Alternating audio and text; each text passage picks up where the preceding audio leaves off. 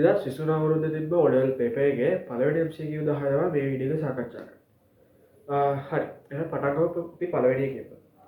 පළවෙනි එකේ ප්‍රශ්නේ විදිහට දීලා තියෙන්නේ බහිස්ත්‍රාවී ද්‍රව්‍යයක් වන යූරියා නිපදවන්නේ මොකෙන්ද කියලා. උත්තර හතරකට විදිහට දීලා තියෙනවා වකුගඩු, අක්මාව, මූත්‍රාශය වගේ වෘක්කාණු. වකුගඩු වලින් කරන්නේ යූරියා ඉවත් කරන එක. නිපදවන එක නෙවෙයි. ඉවත් කරන එක. අක්මාව වලින් තමයි යූරියා නිපදවීම කියන එක කරන්නේ. හැබැයි අපි අනිත් උත්තර දෙකක් බලමු. මූත්‍රාශය කියන්නේ මූත්‍ර తాවකාලිකව ලබඩා කර ගන්නා තැනක්. මූත්‍රාශය කියන්නේ මූත්‍ර తాවකාලිකව ලබඩා කර ගන්නා තැනක්. permanently නෙවෙයි. මේක වැදගත්. తాවකාලිකව මෙන්න මේ වචනේ අනිවාර්යයි. ඒ වගේ වෘක්කාණුව කියන්නේ. වෘක්කාණුව කියන එක තියෙන්නේ මූත්‍රා පෙරන්න.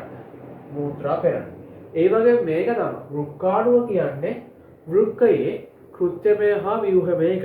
ඒ වගේම අපිට දැන් වෘක්කයක් කියන එක ඇස් දෙකෙන් දකින්න පුළුවන් දෙයක් නේ. ඒත් මේ වෘක්කාණුව කියන එක අපිට ඇස් වලින් දකින්න බෑ. මේක අන්වීක්ෂීයයි. මේක අන්වීක්ෂීයයි. එතකොට පළවෙනි MCQ එකේ උත්තර විදිහට ගන්න වෙන්නේ අක්මාව කියන එක. ඒ කියන්නේ උත්තරයක් දෙක. හරි. දෙවෙනි MCQ එකේ තියෙන්නේ ශ්‍රමතාවයේ ඒකකය කොමක්ද කියලා. මුලින්ම බලමු ශ්‍රමතාවය කියන්නේ මොකක්ද කියලා. ශ්‍රමතාවය කියන්නේ ඒකක කාලයකදී සිදු කරන ලබන කාර්ය ප්‍රමාණය. ඒ කියන්නේ කිසියම් කාලයක් තුල ඕගොල්ලන් කරන කාර්ය ප්‍රමාණය තමයි ශ්‍රමතාවය කියලා කියන්නේ. එතකොට ශ්‍රමතාවය කියන එකට ඔහොම අර්ථයක් තිබ්බට අපි ගණන් වලදී නැත්නම් ඔය පොඩි පොඩි ගණන් හදද්දී යූස් කරන්නේ ජවය කියන එක. ඒ කියන්නේ ජවය කියන එකේ ඒකකය තමයි වෝට් පිළිහෙට තියෙන්නේ. එතකොට මේකේ අපි සූත්‍ර විදිහට තියෙන්නේ අපිට ජවය සමානයි කෙරෙනු කාර්ය ප්‍රමාණය. කෙරෙනු කාර්ය ප්‍රමාණය බෙදීම ගත වූ කාලය. කෙරෙනු කාර්ය ප්‍රමාණය අපි ගන්න ජූල් වලින්. ඒ වගේ අපි කාලය සාමාන්‍යයෙන් ගන්න තප්පර වලින් කාලය SI එකේ තප්පරනේ. එතකොට මේ දැන් මෙතනදි වෙන්න ඕනේ මේ S එක උඩට එන්නනේ. එතකොට මේ S එක උඩට එනකොට මේක S ඍණ එකක් වෙලා තමයි උඩට. එතකොට ශ්‍රමතාවය නැත්නම් ජවයේ ඒකකයේ විදිහට අපිට ගන්න වෙන්නේ. නැත්නම් වොට් වලට සමාන ඒකකයේ විදිහට ගන්න වෙන්නේ අපිට S ඍණ 1. S ඍණ 1. එතකොට මෙහෙම උත්තරයක් විදිහට අපිට තියෙන්නේ උත්තර අංක 4 බලන්න. තුන්වෙනි උත්තරයේ තියෙනවා ඍණ එකක් නැතුව. ඍණ එකක් නැහැ කියන්නේ මේක පල්ලෙහා තියෙන විදිහකුත් නැහැ. එහෙනම් මෙහෙම තියෙනවා. මේක මෙතන නැතුව මෙතන තියෙනවා. ඒක වෙන්න බෑ. ඒක වැරදීනේ. එතකොට අනිත් උත්තර දෙකේම මොට් තියෙනවා. මොට් කියන්නේ ඉතින් ශ්‍රමතාවයටමයි නැත්නම් ජවයටමයි. එතකොට මේ උත්තර දෙක ගන්නත් බෑ. එතකොට එන උත්තරය තමයි උත්තර අංක 4. උත්තර අංක 4. හරි. තුන්වෙනි ප්‍රශ්නේ තියෙන්නේ අයිසෝප්‍රොපයිල් ඇල්කොහොල් අණුවක කියලා සූත්‍ර දීලා තියෙනවා. මේ අණුවේදී පරමාණු ගණන කොහොමද කියලා. අපි මේ සූත්‍රය ලියනකො වරහන් වල CH3 වරහන් දෙකයි. ඊට පස්සේ CHOH. මුලින් අපි මේක පරමාණු ගණන් ගන්න කලින් අපි මේක පුළුවන් ලේසි විදිහකට පොඩ්ඩක් බෙදාගෙන ඉමු. අපිට පුළුවන් නේද මේක මෙහෙම බැලුවට මෙහෙම පොඩ්ඩක් බෙදා ගන්න. මේ කැලල වෙනමයි මේ කැලල වෙනමයි විදිහට.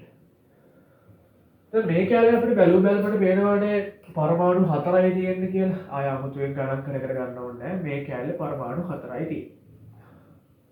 මේකේ ගත්තාම මේක මෙහෙම එකක් තියෙන්නේ. CH3 එකක් වරහන් ඇතුලේ ඒක එළිය දෙනවා. මුලින් අපි බලමු වරහන් ඇතුලේ කොච්චරක් පරමාණු තියෙනවද කියලා. වරහන් ඇතුලේ තියෙනවා කාබන් එක පරමාණුවකුයි හයිඩ්‍රජන් පරමාණු 3කුයි. එතකොට ඔක්කොම වරහන් ඇතුලේ තියෙනවා පරමාණු 4ක්. ඒක ආය දෙකෙන් වැඩි වෙන්න ඕනේ. මොකද මෙතන තව දෙකක් තියෙන හින්දා වරහන් එළියේ. එතකොට මේ වරහන් එළියේ තියෙන දෙක මේ සම්පූර්ණ එකට අදාළව තමයි තියෙන්නේ. එතකොට දැන් මෙතන මේ පැත්තේ තියෙන්නේ 4යිනේ. මේ පැත්තේ 4 දෙකෙන් වැඩි කරාම 8යි. මේ පැත්තේ 8යි. එතකොට මේ සම්පූර්ණ සූත්‍රය නැත්තම් මේ CH3 2CH OH කියන සූත්‍රය සම්පූර්ණයෙන් තියෙන පරමාණු 12ක්. එතන පරමාණු 12 ගත වෙනවන තේරෙන්නේ නැති අර මුලින්ම කොටස් දෙකකට බෙදාගත්තා. එක පැත්තක 4යි අනිත් පැත්තේ 8යි විදිහට. එතකොට පරමාණු 12 කියන උත්තරේ තියෙන්නේ උත්තරේ අංක 4 විදිහට. මේකේ 10 11 කියන උත්තර ටිකට පොඩ්ඩක් හිතා ගන්න පුළුවන් අපිට නිකන් ලේසියෙන් අයින් වෙලා යනවා වගේ. උනාට බලන්න පොඩි ට්‍රිකි එකක් දීලා තියෙනවා උත්තරේ අංක 1 විදිහට 8. ඒ කියන්නේ හිතන්නකෝ මේ ටික විතරක් ඔයගොල්ලෝ හිතුවොත් මේ දෙක ගැන නොහිතා මේ ටික ගැන විතරක් හිතුවොත් ඔයගොල්ලන්ට එන උත්තරේ 8. නේ? එයි මෙතන මේ දෙක ගැන හිතන්නේ නැහැ නේ. මේක දෙකෙන් වැඩි වෙන්න ඕනේ කියලා හිතන්නේ නැහැ. ඒක තමයි පොඩි ට්‍රිකි උත්තරයකට තියෙන්නේ මේකේ. නැත්නම් උත්තර ලේසියෙන් ගන්න පුළුවන් උත්තරේ අංක 4. කලින් එකටත් 4 මේකටත් 4. හතරවෙනි MCQ එකේ තියෙන්නේ ශාක පත්‍ර තුළ නිපද වෙන ආහාර ශාක දේහයේ පුරා පරිවහනය කරන පටකය මින් කුමක්ද කියලා. දීලා තියෙන උත්තර වලට තියෙන්නේ ශෛලම් පටකය, ෆ්ලෝයම් පටකය, කැම්බියම නැත්නම් දුල්ලස්තර පටකය. ඔතන අපිට ලේසියෙන් මයින් කරන්න බලන්න කැම්බියම කියන එක. මොකද කැම්බියම කියන්නේ ජීවිත පත්‍රයේ ශාකවල තියෙන පාර්ශ්ව විභාජක පටකය. එතකොට ඕක හරහා අනිවාර්යයෙන්ම ශාක විසින් නිපද වෙන ආහාර ද්‍රව්‍ය පරිවහනය කරන්නේ. ඒ වගේම දුරස්ථන පටකය අයින් කරන්න පුළුවන්. දුරස්ථන පටකය අජීවී. ඒක හැදිලා තියෙන්නේ තන්තු සෛල වලින්, උපල සෛල වලින්. ඒක අජීවී හින්දා අපිට ඒක අයින් කරලා දාන්න පුළුවන්. ගොඩක් ළඟ යන උත්තර දෙක තමයි ශෛලම් පටකය, ෆ්ලෝයම් පටකය.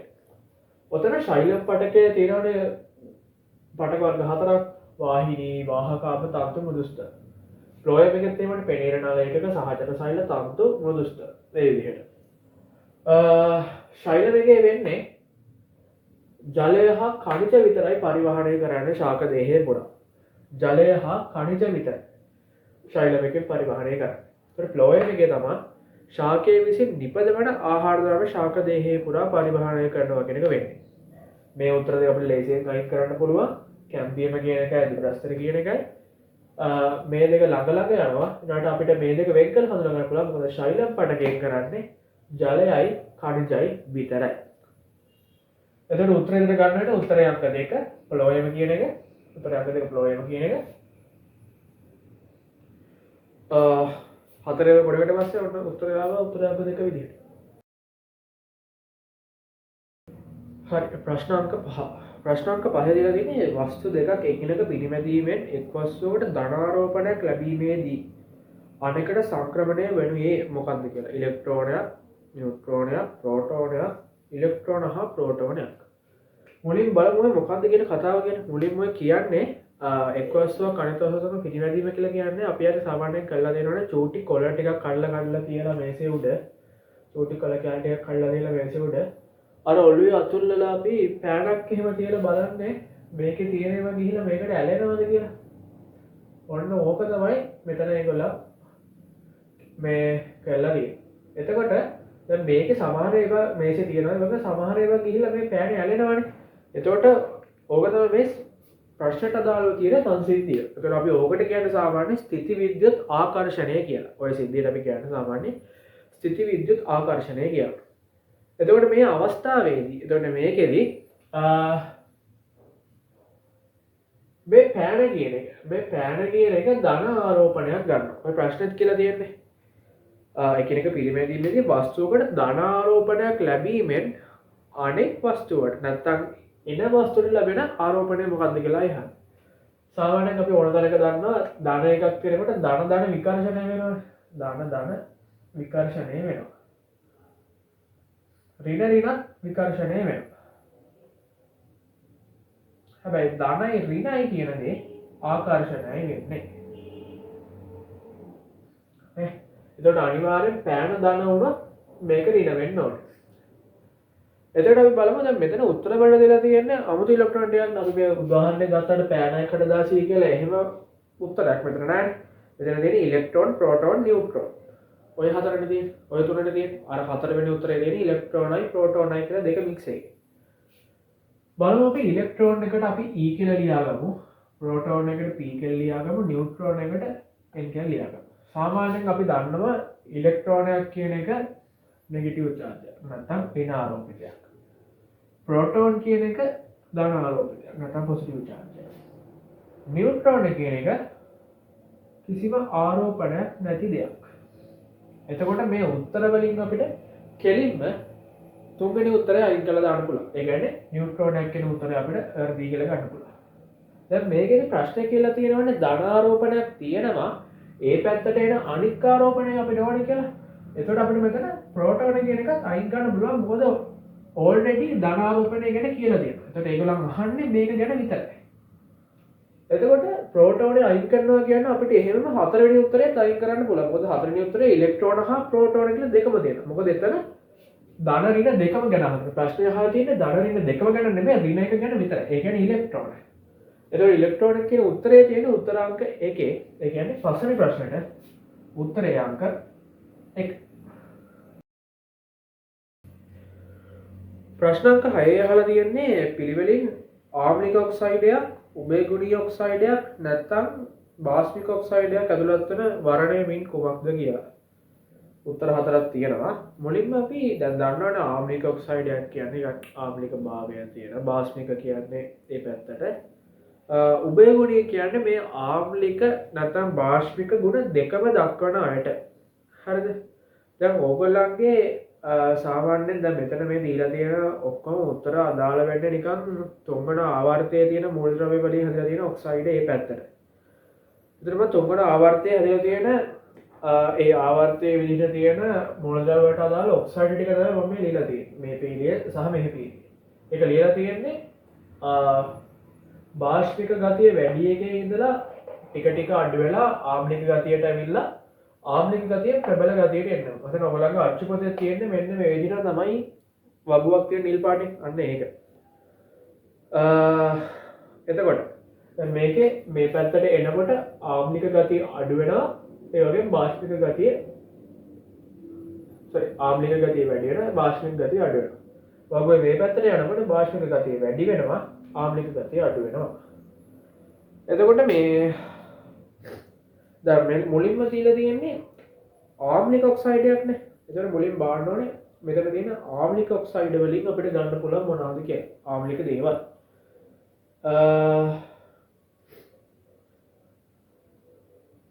බලන්න SO3 තියෙනවනේ මේ SO3 කියන එක ප්‍රබල ආම්ලිකයක්. දැන් බාහිර පළවෙනි උත්තර ටික බලන්න යන්නකෝ. එකක තියෙනවා කාබන් ඩයොක්සයිඩ් අනිත් එක තියෙනවා SiO2. SiO2 එකයි SO3 එකයි බලද්දි බලන්න ඒ දෙකේ ආම්ලික භාවයෙන් වැඩි මොකක්ද? මෙතන අහන්නේ නිකන් ආම්ලික ඔක්සයිඩ් එකක් කිව්වට ඒගොල්ලන් බලාපොරොත්තු වෙන්නේ ආම්ලික ගතිය උනොත් මොකක්ද වැඩියෙන් ආම්ලික කියලා. හරිද? අපිට එතකොට පළවෙනි උත්තරේ ගලපලම උත්තර දෙකක් අපිට අයින් කරන්න පුළුවන්. ඒ කියන්නේ උත්තර අංක 3 සහ උත්තර අංක 4 අපිට අයින් කරන්න පුළුවන් පළවෙනි ඔක්සයිඩ් එක ගැන විතරක් හිතලා.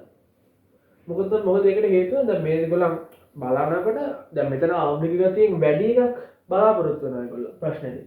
එතකොට මෙතන දුබල අම්ලයක් තියෙන්නේ මෙතන තියෙන ප්‍රබල අම්ලයක්. එතකොට මේක අයින් කරලා දාන්න පුළුවන්. ඒ කියන්නේ උත්තර අංක 4 අයින් කරලා දාන්න පුළුවන්. කොහොමත් උත්තර අංක 3 අයින් කරලා දාන්න පුළුවන්. මොකද කාබන් ඩයොක්සයිඩ් තියෙනවා. ඊට පස්සේ ඒගොල්ලෝ කියන්නේ උභයගුණී ඔක්සයිඩ් එක. උභයගුණී ඔක්සයිඩ් එකයි තියෙන්නේ මේක. එතකොට බලන්න ඒක තියෙන්නේ මොන උත්තරේද කියලා. එතකොට ඒක තියෙන උත්තරේ විතර උත්තර අංක 1 සහ 2ම ගන්න පුළුවන්. ඒ කියන්නේ කලින් ඉතුරුලා තිබ්බ එක අදාළයි. ඒ කියන්නේ දෙවෙනි එක කියන්නේ උභයගුණී ඔක්සයිඩ් එක ඔයගොල්ලෝ හොයාගත්තා කියලා ලොකු වෙනසක් උනේ නැහැ. ඊළඟට අන්තිම එක බාෂ්මික ඔක්සයිඩ් එක. බාෂ්මික ඔක්සයිඩ් දෙකයි තියෙන්නේ. එකක් ප්‍රබල බාෂ්මිකයක් අනිත් එක දුබල බාෂ්මිකයක්. දැන් බලන්න මෙතන SiO2 දීලා තියෙනවා බාෂ්මිකයක් කියලා. වෙන්න බෑ SiO2 කියන්නේ ආම්ලිකයක්. එතකොට උත්තර අංක 1 අයින් කරන්න පුළුවන්. එතකොට මෙතන මේගොල්ලන් මැග්නීසියම් ඔක්සයිඩ් එක දීලා තියෙන්නේ දුබල බාෂ්මයක්. එතකොට මේගොල්ලන් මේ බාෂ්මික ඔක්සයිඩ් විදිහට දීලා තියෙන්නේ මැග්නීසියම් ඔක්සයිඩ් එක. එතකොට උත්තරේ අංක 2 විදිහට තමයි ගන්න. එතකොට මේගොල්ලන් මෙතන දීලා තියෙන්නේ මෙන්න මේ ප්‍රබල ඔක්සයිඩ් එකයි මෙන්න මේ උභයගුණී එකයි ඊට පස්සේ දුබල බාෂ්මිකය. මෙන්න මේ තුන තමයි ඒගොල්ලන් දීලා තියෙන්නේ මේ උත්තරේ අංක 2 විදිහට තියෙන එකේ තියෙන්නේ ඔන්න ඔය ටික. ඒ වගේ මෙන්න මේ තුන්වෙනි ආවර්තයේ මෙන්න මේ ඔක්සයිඩ් ටික පොඩ්ඩක් මතක තියාගත්තොත් හොඳයි. මොකක් හරි රටාවකට හරි එහෙම හරි මම මේක පාඩම් කරගන්නත් වෙනම වීඩියෝ එකක් දාන්න පොඩි වීඩියෝ එකක් මේ ටික පාඩම් කරගන්න සහ මතක තියාගන්න කොහොමද කියලා මේ පිළිවෙල මතක තියාගත්තොත් ඔයගලන්ට මේක දාගෙන යන්න පුළුවන්. ඒ කියන්නේ පොඩි කොටුවක් ගහගත්තා. මේ ටික දාන් ගියා. ඒ කියන්නේ බාෂ්ප වර්ග 2යි උභය ගුණී 1යි අම්ල 4යි තියෙන්නේ. ඒ බාෂ්ප දෙක එකක් ප්‍රබල අනිත් එක දුබල. ආම්ලවල දුබල 2යි ප්‍රබල 2යි. ඒ විදිහට. මැද එක දාන්න වෙන උභය ගුණී විදිහට. මේක මතක තියාගන්න පුළුවන් නම් හොඳයි. මම කිව්වා මම වීඩියෝ එකක් දාන්නම් මේකට. එතකොට මේකට උත්තරේ ඒ කියන්නේ 6 වෙනි MCQ එකට උත්තරේ අංක 2.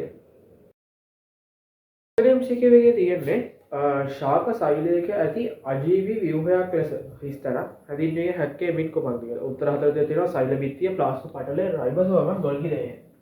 ඕකේ අනිවාර්යෙන් අපිට රයිබෝසෝම කියන එකයි ගොල්ගි දේහය කියන එකයි දාන්න පුළුවන් ජීවි විදිහට. මොකද මේගොල්ලන් රයිබෝසෝම කියන එක කරනවා ප්‍රෝටීන් සංශ්ලේෂණය. ගොල්ගි දේහය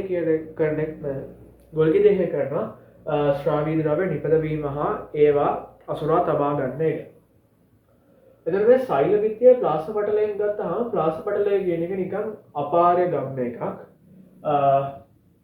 හැබැයි සෛල බිත්තිය කියන එක එහෙම නෙමෙයි. සෛල බිත්තිය කියන එක තරමක් දැඩි. එතකොට මේ දෙකෙන් සෛල බිත්තිය කියන එක අජීවී, ප්ලාස්ම පටලය කියන එක ජීවී.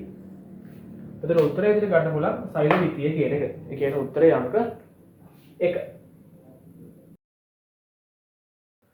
හරි. 8 වෙනි MCQ එකේ තියෙන රූප සටහනෙන් දක්වා ඇති නාරටි වින්‍යාසයට පත්‍ර දරන ශාකය දක්වන තවත් රූපීය ලක්ෂණයක් වන්නේ මින් කුමක්ද කියලා උත්තර 4 දීලා දෙනවා. මුලින්ම අපි උත්තර 4ට යන්න කලින් මේ රූපේ දීලා තියෙන මොකක්ද කියලා හොයාගමු. මේ රූපේ දීලා තියෙන පත්‍ර දෙකක්. හරිද? මම තව එකක් කරනවා දෙනවා විස්තර කරන්න ලේසියි. මේක තමයි පේපර් එකේ තියෙන්නේ. දැන් මේකේ බලන්න මේ පත්‍රයේ නාරටි කොහොමද ගිහිල්ලා තියෙන්නේ කියලා. මේ නාරටි මේ කොනේ ඉඳන් මේ කොනට සමාන්තරව ගිහිල්ලා තියෙනවා නේද? එහෙනම් එතකොට මේ පත්‍රය පෙන්නන්නේ සමාන්තර නාරටි වින්‍යාසයක්. එතකොට මේ පත්‍රය බලන්න එහෙම සමාන්තර නාරටි වින්‍යාසයක් පෙන්නනවාද? දැන් මෙහෙම ගියා කියලා මේ බලන්න මේ ජාලයක් වෙන්න තියෙන්නේ. මෙතනින් එකක් ගිහිල්ලා මෙතනින් එකක් ගිහිල්ලා මෙතනින් එකක් ගිහිල්ලා මෙතනින් එකක් ගිහිල්ලා. එතකොට මේ පත්‍රය දක්වන්නේ ජාලාභ නාරටි වින්‍යාසයක්. එතකොට අපි මේ නාට්‍ය වින්‍යාසය කියන එකේ මේක මොකද්ද කියලා හඳුනා ගන්න පුළුවන් වෙනවා. අපිට සාමාන්‍යයෙන් අපි කතා කරන ශාක ආකාර දෙකක් තියෙනවානේ. ඒක බීජපත්‍රී ශාක තියෙනවා, ද්විබීජපත්‍රී ශාක තියෙනවා. එතකොට මෙතනින් ගත්තාම ඒක බීජපත්‍රී ශාක තමයි සමාන්තර නාට්‍ය වින්‍යාසයක් පෙන්නන්නේ. එතකොට මේක ඒක බීජපත්‍රී එකක්. මේකට මේක ද්විබීජපත්‍රී එකක්. එතකොට දැන් මෙතන අපිට කියලා තියෙන ඒගොල්ලෝ මේක පදනම් කරගෙන නෙමෙයි මේක පදනම් කරගෙන මේ රූපත් පදනම් කරගෙන මේ ශාකය ඒක බීජපත්‍රයේද ද්විබීජපත්‍රයේද කියලා හොයාගන්න ඊට පස්සේ ලක්ෂණ හතරක් දීලා මේ ලක්ෂණ හතරේ ඒකට අදාළ එක මොකක්ද කියලා හොයාගන්න. අපි දැන් මේක හොයාගත්තා මේක ද්විබීජපත්‍රය නෙමෙයි මේක ඒක බීජපත්‍රී ශාකයක් කියන්නේ. එතකොට දැන් ඒකට අදාළ තවත් ලක්ෂණයක් තමයි හොයන්න තියෙන්නේ. දැන් අපි යමු උත්තර හතරට. දීලා තියෙන මුදුන් මූල පද්ධතියක් තියෙන්නේ නැහැ. මුදුන් මූල පද්ධතියක් තියෙන්නේ ද්විබීජපත්‍රී වල. අතු බෙදුණු කඳන් තිබීම. නෑ වෙන්න බෑ කියනවත් ඒක තියෙන්නේ ද්විබීජපත්‍රී නිකන් හිතන්න කොළේ අතු බෙදිලා තියෙනවා. කොළේත් අතු බෙදිලා තියෙනවා නෙමෙයි ජාලාමනේ. ඒත් අනිවාර්යයෙන් කදෙත් අතු බෙදිලා තියෙනවා. ඒකට ඒකෙන් ඒක මතක තියාගන්න පුළුවන්. ඊළඟ එක තමයි චතුරාංක හෝ පංචාංක පුෂ්ප දැරීම. නෑ ඒක වෙන්නේ නැහැ. ඒක වෙන්නේ ද්විබීජපත්‍රී ශාකවල විතරයි. එතකොට තුන්වෙනි උත්තරය දෙක දීලා තියෙන්නේ බීජ තුල එක් බීජපත්‍රයක් තිබීම. ඒකනේ අපි ඒක බීජපත්‍රය කියන්නේ. එතකොට අනිවාර්යෙන් 8 උත්තරේ අංක 3. ඒක අනිත් උත්තර බලන්න කලින් ගන්නත් පුළුවන්. 9 වෙනි MCQ එකේ නම් විද්‍යුත් චුම්බක තරංග හා සම්බන්ධ පහත ප්‍රකාශන අතුරින් අසත්‍ය. ඒ කියන්නේ වැරදි එක තමයි හොයන්න ඕනේ. හරි මොනිය අපි එහෙනම් බලමුකෝ පළවෙනි එක ශක්තිය සම්ප්‍රේෂණය කරයි. ඒක හරි. ඊළඟට රික්තයකදී 3 වැඩි කිරීම 10 8 ms ශ්‍රේණිය 1 වේගයෙන් ගමන් කරයි. ඒකත් හරි. මේ දෙකම හරි. එතකොට අන්තිම දෙක පදාර්ථමය මාධ්‍යකදී සංඛ්‍යාතය රික්තයකදීට වඩා අඩුය. හතරවෙනි එකේ තියෙන්නේ පදාර්ථමය මාධ්‍යකදී වේගය රික්තයකට වඩා අඩුවේ. මෙහෙමයි. මේකෙනි විද්‍යුත් චුම්බක තරංග වලට සම්ප්‍රේෂණය වෙන්න පදාර්ථයක් කියන එක නැත්නම් මාධ්‍යයක් කියන එක තිබ්බත් අවුලක් නැහැ. හැබැයි අවශ්‍යම නැහැ. අවශ්‍යම නැහැ. හරිද? එතකොට මේකෙදි දැන් පදාර්ථ මතේ ඒකෙදි වඩා රික්තයක වැඩි කියන එක හරියද? රික්තයකදී 3 වැඩි කිරීම 10 8යි ms එක. ඒ කියන්නේ තත්පරයට මීටර් මෙච්චර ගාණක් යනවා. නිකන් බලන්න 3ට පිටිපස්සේ 0.8ක් දාලා කොච්චර ලොකු ප්‍රමාණයක්ද කියලා. මෙතර මීටර් ප්‍රමාණයක් යනවා එක තප්පරයක් තුළදී.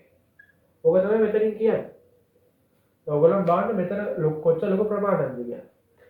එතකොට එහෙම වේගෙන් යන එකට තුන්වෙනි කියලා තියෙන්නේ මීටර සංඛ්‍යාතය අඩුයි කියලා රික්තයකදී යනකොට නැහැ ඒක වැරදි. ඒ කියන්නේ මේකට පදාර්ථයක් තිබ්බත් එකයි නැත්නම් මාධ්‍යයක් කියන එක තිබ්බත් එකයි නැතත් එකයි.